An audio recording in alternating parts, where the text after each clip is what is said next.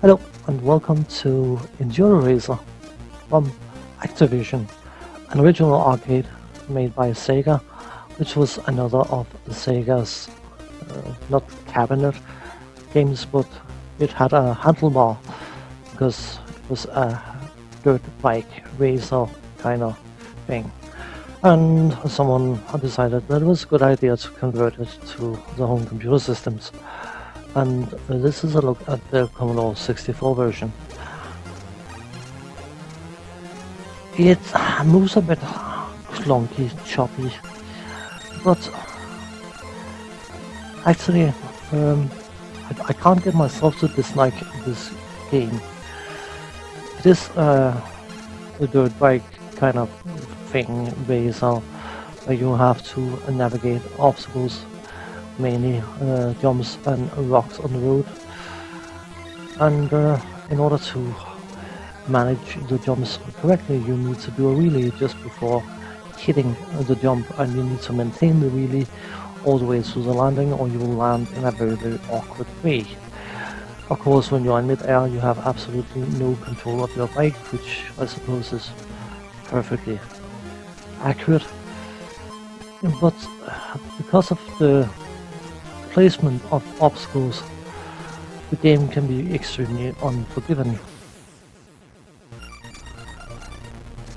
So, jumping quick to another attempt.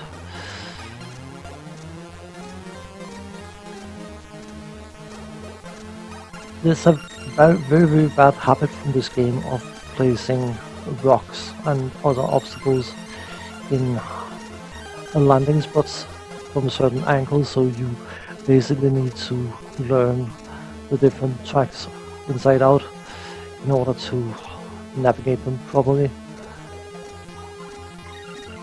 because you need to know where to take jumps from, and of course if you don't maintain the wheelie even all the way through the jump, then your landing is going to be awkward and you're going to be completely out of control of your bike, meaning that you will most likely slam into something.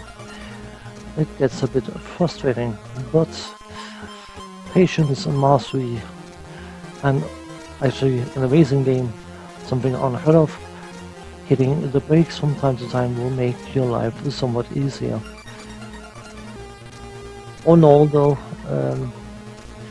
graphically this is actually, it's not the best looking game ever made for the Commodore 64, but if you compare it to something like the Super Hang-On, this definitely, from a graphical point of view, I think it deserves more credit than Super Hang-On ever did. It also plays better than Super Hang-On, which isn't saying an awful lot, but I found it extremely frustrating to play, but I still insisted on keep on trying. I don't know whether it's David Whittaker's music that kept me going, but yeah, a quick game reset and then one final game, which is the furthest I got during the recording of this video, just to showcase a bit more of the game. But anyway, as I was saying, it's possibly the music from David Whittaker even that kept this gaming experience somewhat bearable. Not an awful lot to say about it, to be honest. What you see is what you get. It's not the smoothest motorcycle game ever made on the Commodore 64, but it's definitely not the worst either. It is enjoyable in its own absurd, bizarre way. When it comes to the arcade, I have seen the arcade a few times, but I never actually spent any money playing the arcade version, so that type of gameplay is just not for me. When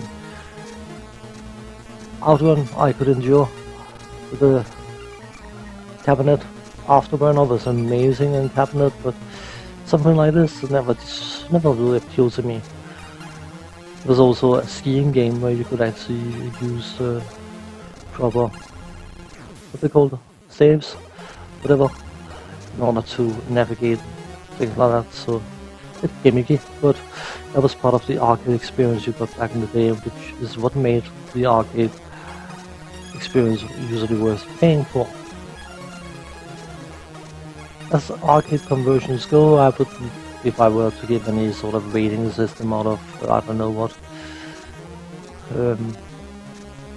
Wolf House or something, just to keep it in somewhat thematically, then I would say this is probably 3.5 out of 5 Wolf House, something like that. And yeah, not bad, but just not. It's not amazing either. I mean, I hate these kind of games because I should probably knock it a bit, but back then this has probably been somewhat of a technical marvel many years ago. So all in all, as I said, I didn't hate playing it. I didn't necessarily love it because it frustrated the heck out of me, but it's actually not bad. It's not bad at all. Could have been so much worse, could also have been better, but not entirely unhappy with it. So yeah, didn't get much further than that. So on that cheerful note, I can say yes, I'm back, and thanks for watching. Take care, see you next time, bye bye for now.